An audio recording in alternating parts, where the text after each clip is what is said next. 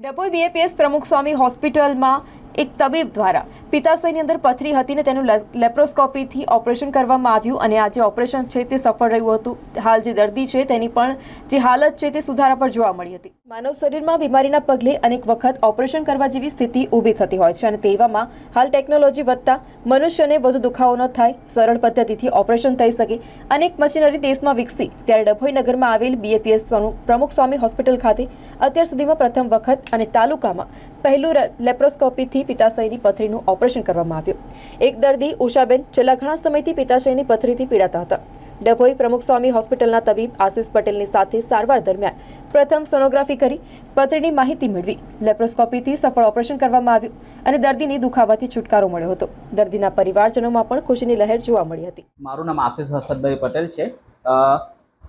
મારો એક પેશન્ટ આવ્યું હતું ઉષાબેન તડવી કરીને, જેની ઉંમર 58 યર ફિમેલ પેશન્ટ છે, જેમને જમણી બાજુ દુખાવો થયો હતો પેટમાં। તો એના માટે આપણે એક સોનોગ્રાફી કરાવી હતી, જેમને સોનોગ્રાફીમાં પિત્તાશયની પથરી આવી હતી। પિત્તાશયની પથરીનું ઓપરેશન આપણે દૂરબીનની એમને સલાહ આપી હતી અને દૂરબીનનું ઓપરેશન આપણે કર્યું છે, જે આખા ડભોઈ વિસ્તારમાં સૌપ્રથમ ઓપરેશન થયું છે દૂરબીનથી, જે આપણી બીએપીએસ હોસ્પિટલમાં થયું છે।